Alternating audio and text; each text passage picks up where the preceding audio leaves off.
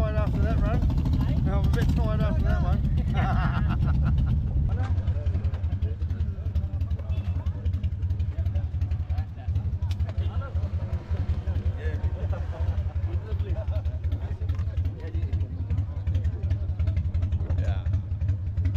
Hey brother. Idrus.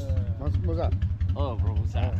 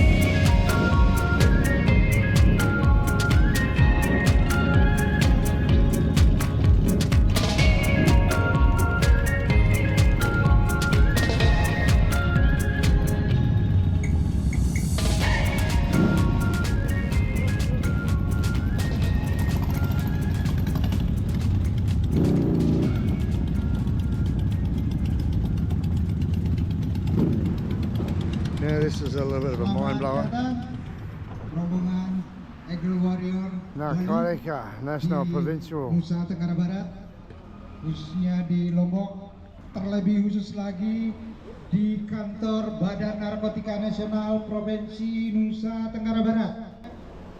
Kami sampaikan kepada kita semua yang sudah berada di sini untuk santai, ya. Ada kopi, ada snack, silakan bisa dinikmati sebelum nanti dilepas secara. I can't tell you how far we are from a motorbike club anywhere in the world. Seriously, this is a bit of a spin out. We're at the cop shop. We've been invited as welcome guests, and one of our members is the head of the narcotics squad. Oh my god, guys, when I say this is different to the motorbike riding that you get in the West, couldn't be more further from the truth, or it couldn't be more real. It's just amazing. This guy's got a really strong passion to keep this country clean and look after it. And I'm talking about cleaning drugs and bullshit and politics and all that corruption that comes with that shit. Oh, not saying I was an innocent little boy in my youth, but I said, oh, it's bloody nice to be here with such a different attitude and a different way of life. Beautiful. Jajan Bali. Ya, jajan Bali. Iya. Setelah itu, kami terus selalu makan siang di daerah sawah. Pusat Padang, jalan sekarang, atau yang sebelum itu kamar mandi boleh dulu, suka atau dan sebagainya. Sekarang juga.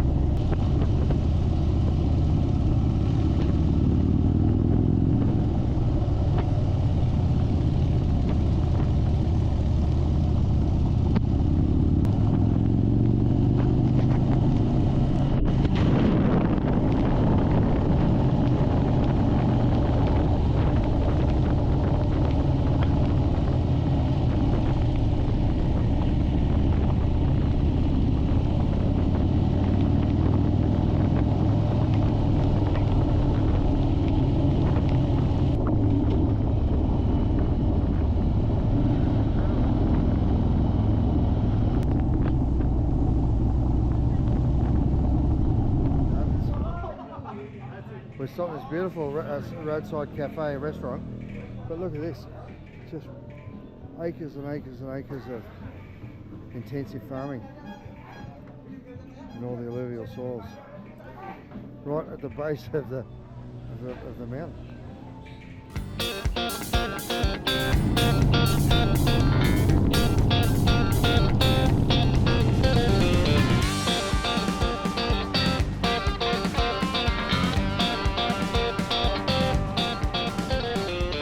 Really interesting coming down through the villages from the mountains and seeing in some ways there's a lot of similarities with Bali, but in other ways there's a lot of big differences, and I sort of understand why there's not a lot of Western tourism over here.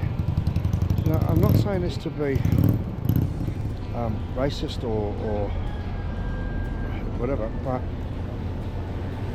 there is a different religion base over here. It's predominantly Muslim, and it's just, it doesn't have the, I don't know, it doesn't have the same feel in the villages. The temples dotted everywhere and all over the place. The colourful nature and the beautiful ceremony of the Balinese.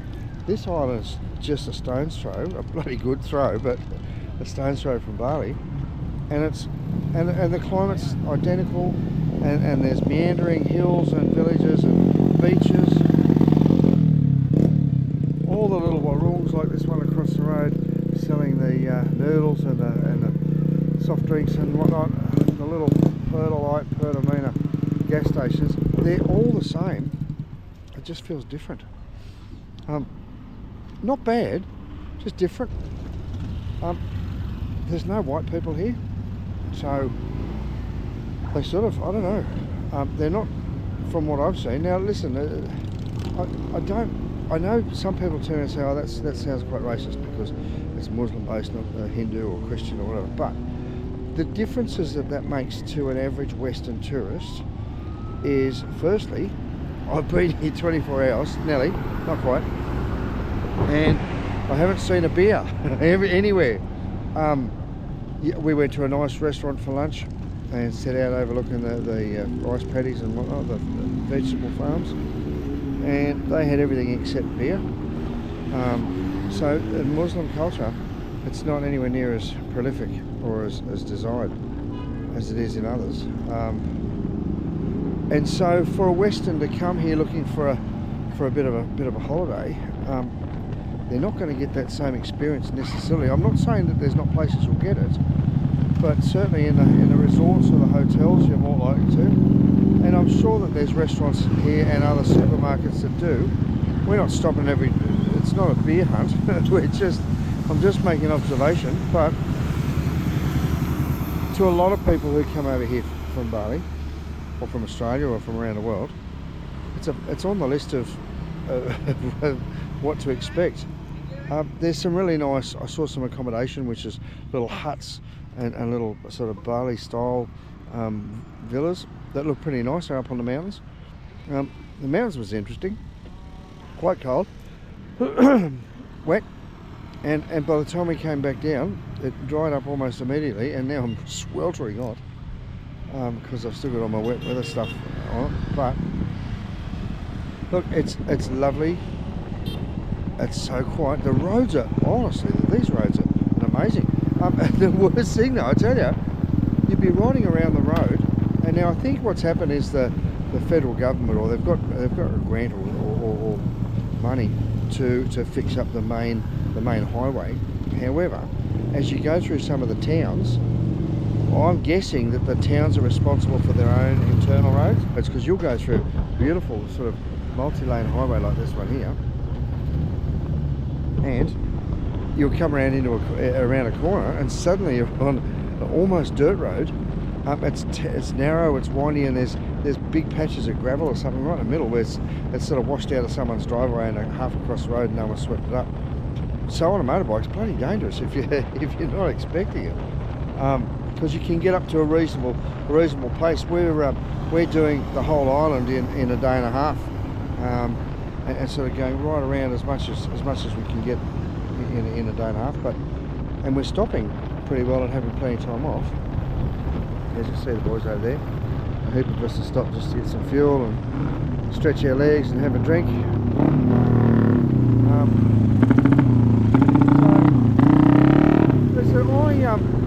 If you've been to Bali a heap of times and you like it, but it's just a little bit too commercial for you, you like the culture but you want to sort of get to know it a bit more, I'm not saying that it's a worse culture, it's just a different culture.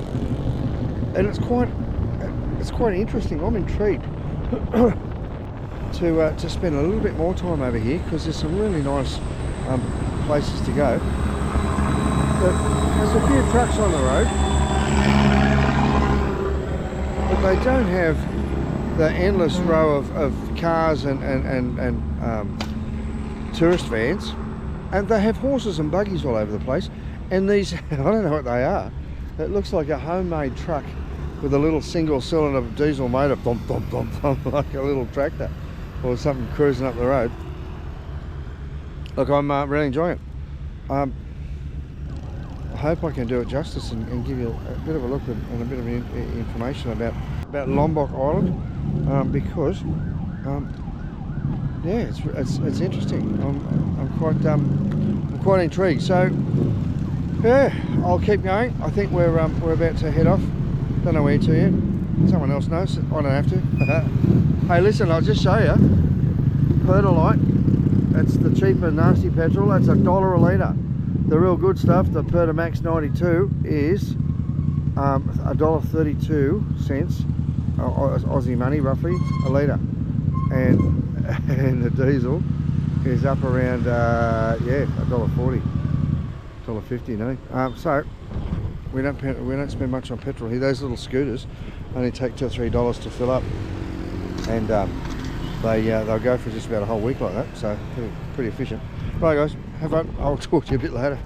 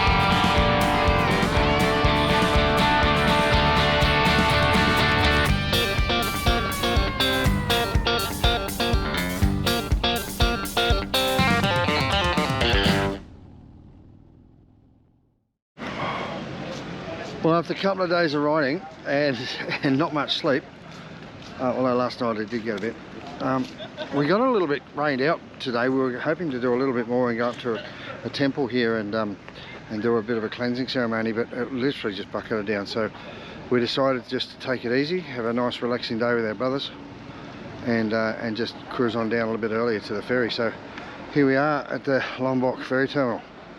There's a few more bikes coming. I don't know where they're gone. But yeah, look, we've had an absolute ball. I didn't know what to expect with Lombok. I think I thought it was going to be a bit different to Bali, but there were some differences. The religion is probably one of the main things that I can point out, because the Hindu are very openly, I want to say flamboyant. They have their beautiful statues everywhere. They have the little offerings. They have their beautiful ceremonial dress. And the Muslims that are over here, I think, look, I don't know, and I don't want to talk out of turn, but it sort of felt to me that this is quite a poor area.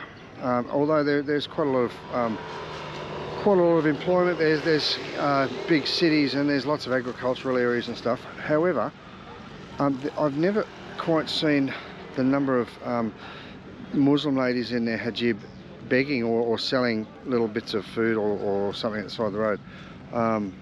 So it sort of feels pretty poor, and it doesn't get anywhere near the tourist dollars that you get into Bali, which is just almost next door. So I'm looking forward to coming back and doing a little bit more adventuring over here. It is a beautiful area and the people are just lovely that we've met. The beer situation resolved itself last night because the host of where we were got a heap of beers sorted out for us. I've been told we've got to get on, so let's get going. Right. Very good.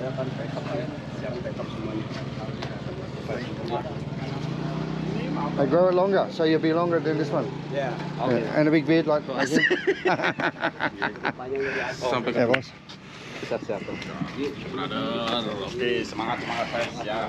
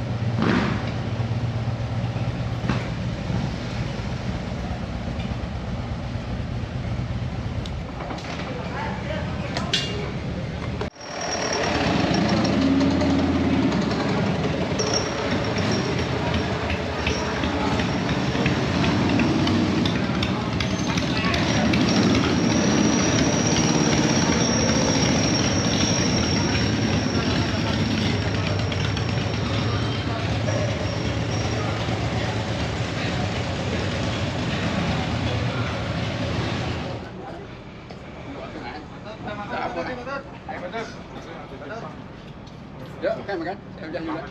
Biar bungkusan itu tak dua dagu, bungkusan nasi kan ada bakul ya. Tapi bakul itu. Muster station. All the drivers. Not many on board today. A lot of boats, but not so many busy heading over. I guess it's a weekend, so not been so much activity. Maybe, I don't know. There it is. Like I said before, I'm going to have to come back and do some more exploring because I like what I saw. We saw it all pretty quickly and didn't have a lot of time to stop and have a look around.